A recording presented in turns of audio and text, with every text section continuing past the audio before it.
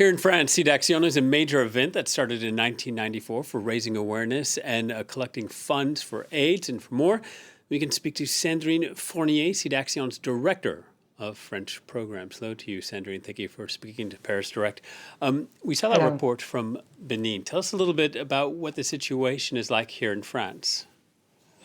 Well, in France, in fact, we're in a quite similar situation to Europe, where certain people living with HIV are not aware of that HIV status. So I would say screening is still a major issue in France.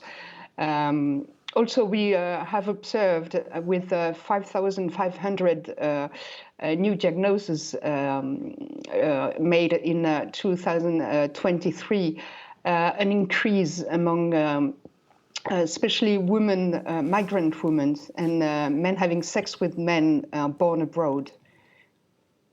And when you say that certain people are living without knowledge that they have HIV-related illnesses or AIDS, does it come down to a certain demographic or lifestyle, or is there anything we can do to identify who those people are that are vulnerable and aren't aware?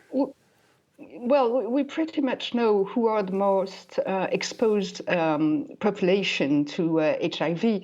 In fact, they're quite similar all over the world. Those are men having sex with men, sex workers, trans people, drug injectors, or prisoners.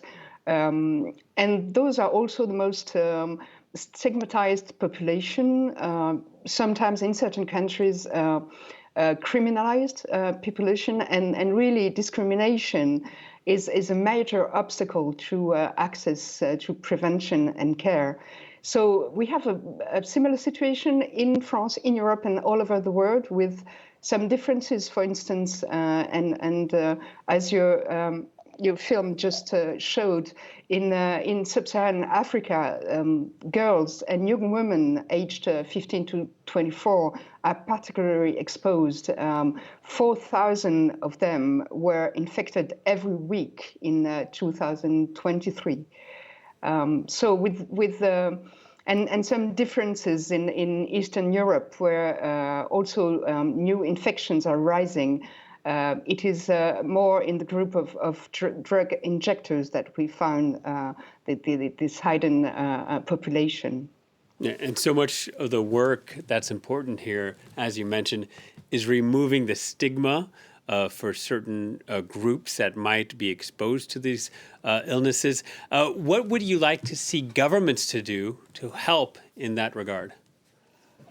Well, by leading campaigns against discrimination, but also, in fact, political choices make the difference. For instance, in France, since last year, we have the possibility to go to any lab to get a screening without a free screening, without the need to go to a doctor first, and that's really improved and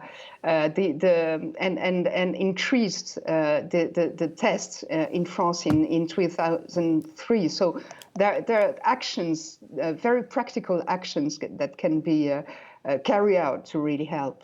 We saw various reports recently that the pandemic, the AIDS pandemic, could be ended by 2030 if there were political will to do so. Is that realistic, do you think? Well, we're not there yet. The situation is not satisfying right now. But I would say we do have the tools. Now, the issue is to make them accessible to those who need them the most, and to really strengthen community-led actions to reach the most exposed populations. So we can probably do it by 2030, but you're right. We need really political actions. Yeah, and on that note, I mean, in France, elsewhere in Europe, in the United States, we're seeing politics becoming increasingly polarized. We're seeing society more and more fractured. Does that play a role in terms of getting people the help they need and also removing the stigma?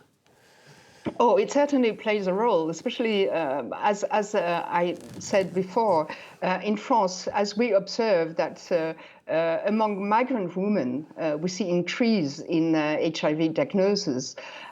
We have those debates to stop the medical help that French government gives to foreigners in France. So it's really that really doesn't help. And for people who might want to volunteer in this field, what advice would you give to them in terms of finding a way or working with an organization that has a credible impact on this cause? We have a lot of NGOs in France, such as AID, which is the biggest one, and which really work very well with all those affected communities. In fact, I would probably recommend people to choose considering their skills and considering the community they live in. Because really, as I said, we really need to strengthen community-led actions. So if you're a person living in France and coming from Africa, get contact with an African NGO, which will be really in capacity to carry out actions, prevention actions, but also rapid testing in places where African people socialize. Sandrine, thank you very much for your time and thank you for the work you're doing. Sandrine Fournier, thank you. Thank you.